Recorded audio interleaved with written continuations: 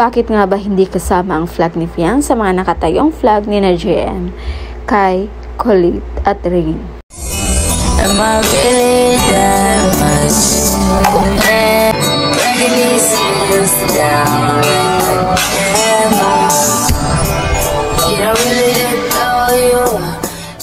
So yun guys, napakatalanghaga ng nangyari sa flag ni Fiang.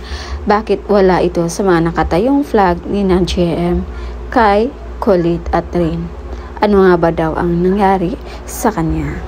Nabahala kasi ang mga supporters ni Fiang dahil baka hindi daw ito kasali sa Big Four dahil wala doon yung kanyang flag. Pero may mga kahaka na hindi daw kasali sa Big Love Task si Fiang dahil sa lahat ng big line na nilabas ni Kuya para sa kanyang mga housemates, tanging kay Fiang lang ang totoo. Kinonsider ito ng mga supporters ni Fiang dahil sa lahat ng housemates, ito yung naging kawawa. Kasi sobra itong nasaktan nung malaman na wala na palang siya na naghihintay sa kanya paglabas niya sa bahay ni Kuya. Kaya marami ang bumilib sa kanya dahil kahit gaano ito kasakit, lumaban si Fiang. Tanggap niya ito. Nung bago mag-start ang eviction night, tinanong siya ni Bianca kung ano yung natutunan niya sa nangyari sa kanila ni Sean. Kaya ito yung tanging nasagot ni Fiang. Pag hindi pala talaga para sa'yo, hindi talaga para sa'yo. So instead nakawaan niya ang kanyang sarili dahil pinagpalit siya, parang sa kanya ay isang pagsubok lang na anytime malalampasan niya rin.